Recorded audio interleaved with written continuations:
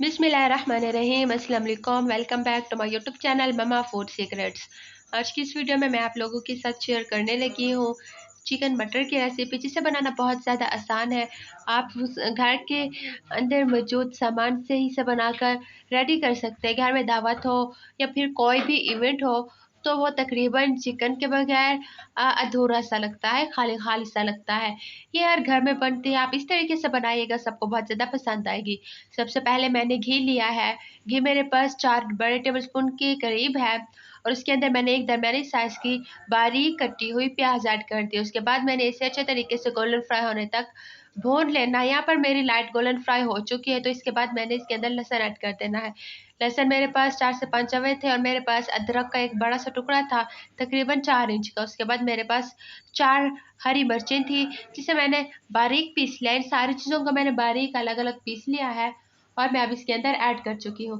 अब अच्छे तरीके से चम्मच से हिला लेना है, हमने मिक्स कर लेना है इन सारी चीज़ों को और फिर इसे मैंने भून लेना है ताकि इसके अंदर का कच्चापन ख़त्म हो जाए। उसके बाद क्या करना है, मैंने यहाँ पर इसके अंदर तकरीबन 2 टेबलस्पून के करीब मैंने लाल मिर्च ऐड कर दिया, 1 टेबलस्पून के करीब मैंने नमक ऐड कर दिया है।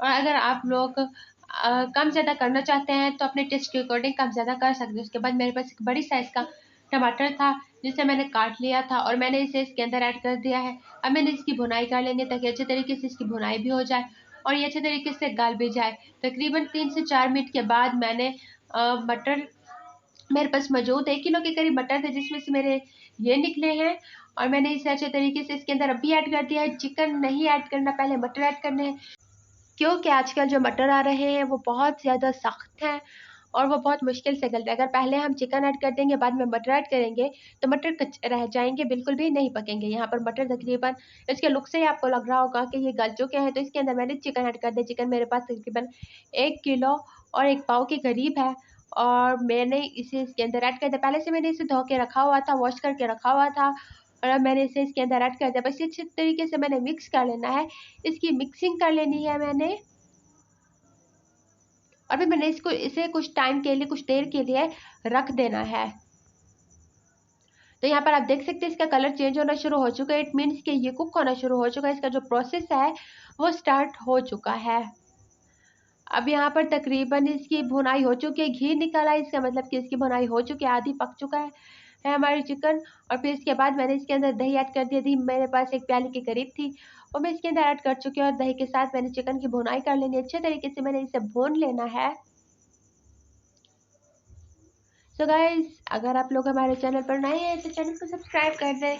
अगर वीडियो पसंद आ रही है तो इसे लाइक कर दें। अपना फीडबैक ज़रूर दीजिएगा। अगर कोई क्वेश्चन हो तो वो आप कमेंट सेक्शन में पूछ सकते हैं।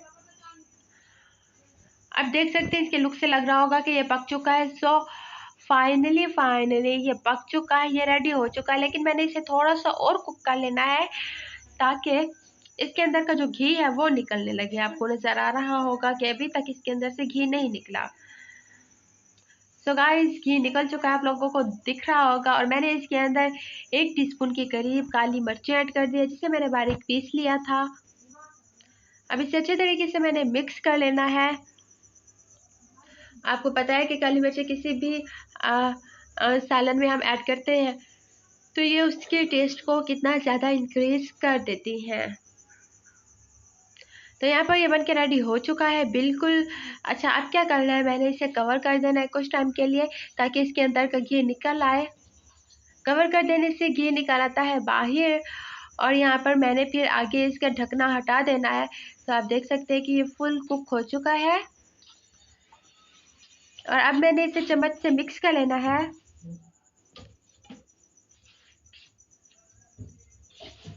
मिक्सिंग कर लेने के बाद मैंने इसे डिश आउट करना है, इसे सर्व कर लेना है।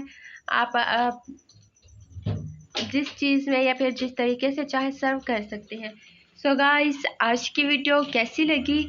अगर वीडियो पसंद आई हो तो अपनी फैमिली और फ्रेंड्स के साथ ज़रूर शेयर कीजिएगा और अगर चैनल पर नए हैं तो चैनल को सब्सक्राइब कर दें ताकि हमारी हर नई आने वाली वीडियो का नोटिफिकेशन सबसे पहले आप लोगों को मिलता रहे। साथ में बेल का आइकन ज़रूर प्रेस कीजिएगा।